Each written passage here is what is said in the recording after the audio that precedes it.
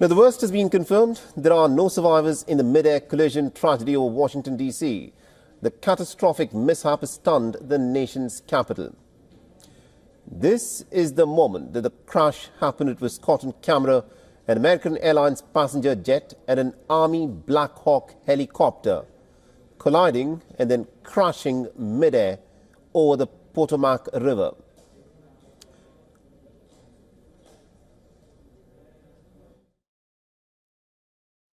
Confirmed that there are at this moment no survivors. Despite all those efforts, we are now at a point where we are switching from a rescue operation to a recovery operation. At this point, we don't believe there are any survivors from this accident, and we have recovered 27 people from the plane and 1 from the helicopter. The district office of the medical examiner has lead on reuniting these bodies and these people with their loved ones. Now, 64 people were on board the jet, while 3 soldiers were reportedly on board the military helicopter. That should have been a routine landing approach at the Reagan National Airport. And amongst the victims in the plane were young figure skaters who were returning from a development camp. Their dreams tragically cut short in the night sky over Washington. Now, the devastating incident marks one of the worst aviation disasters in Washington's history. And also listen in to the recording of Washington, D.C.'s air traffic controller at the time of the crash. This PRJ. This club has an aircraft inside press with this operation. 472 Washington Star 1 Star 32017. 472.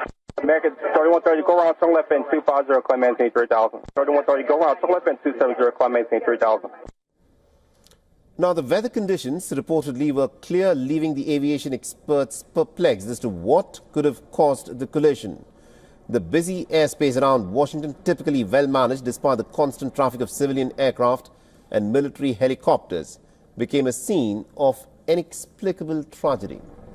Now, aviation experts say that the Black Hawk's vital tracking system was not turned on, causing the collision.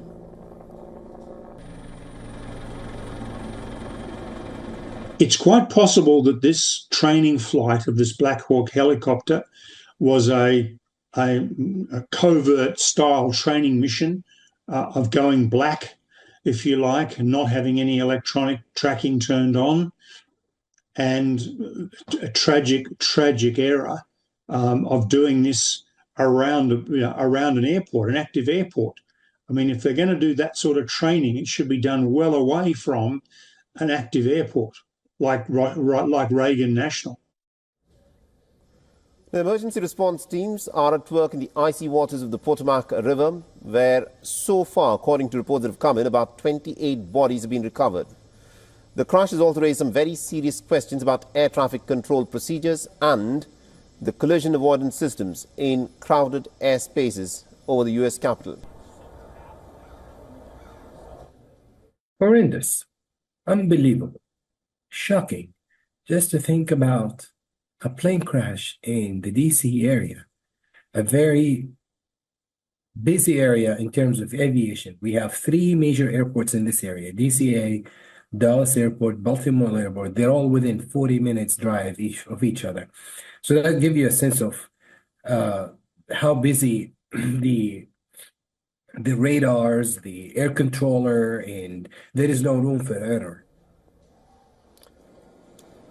Now, the American Transport Secretary Sean Duffy has backed President Donald Trump's assertion in an overnight social media post that the collision could have been prevented.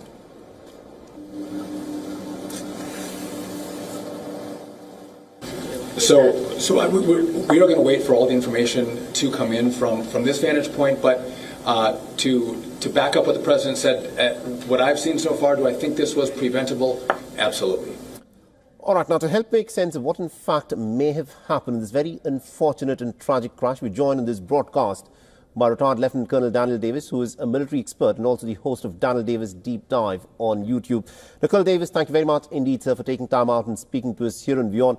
Let me in fact start off by asking you this. This is a very tragic incident, and President Trump went on record to state that this could have been prevented.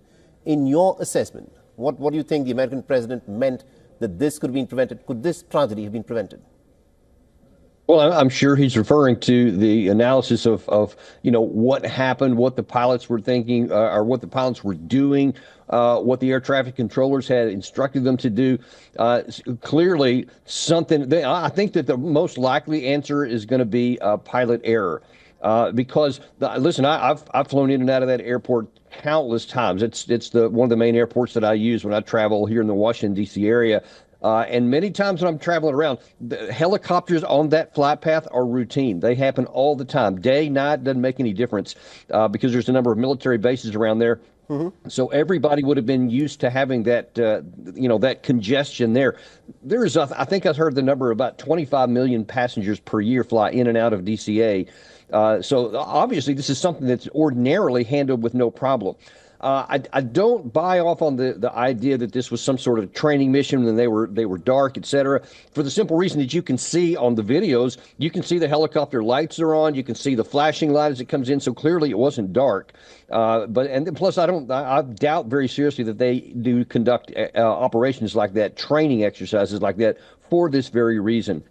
But it looks like probably complacency, some error where I've seen a couple of experts suggest that maybe they thought they were at one altitude, maybe they were 100 meters different or higher or lower or something, so they thought that they could pass by. But no matter what it was, obviously it's a tremendous tragedy and just anguish all around for all the families of the victims. It's interesting that you say that you do not believe that this may have been a training mission for the helicopter as is being widely reported. But I want you to shed light, on the conversation between the pilot of that, helicopter and the air traffic control, where the pilot of the helicopter was asked, does he see the plane that is coming in, for which the helicopter responds that yes, he can see it. And seconds later, there was this crash. One of the theories that is being floated around is that probably the helicopter, because it was this military training helicopter, was not making itself visible on the radar. You, of course, dispute that. But how do you think something like this could have happened? Yeah, I doubt that it happened. I don't know that it didn't happen because no one has enough information to make that authoritative statement yet. I'm just based on what I have seen and what I know about how things operate here in the D.C. area. This is not a place where you do training missions of that sort. But what I can tell you is that there is a tremendous amount of aircraft in the sky at any one time, whether coming in, going out or so. And my guess is that this was they misidentified which aircraft they were talking about. They probably saw one aircraft, didn't see the other one, because and it's hard to come up with any other scenario where he saw the aircraft and then flew straight into it. So I'm guessing the most likely outcome is that he identified the wrong aircraft. Indeed. We'll, of course, have to wait for an investigation. Thank you very much, Lieutenant Colonel Daniel Davis, for joining us with that perspective there. You bet. For all the latest news, download the WION app and subscribe to our YouTube channel.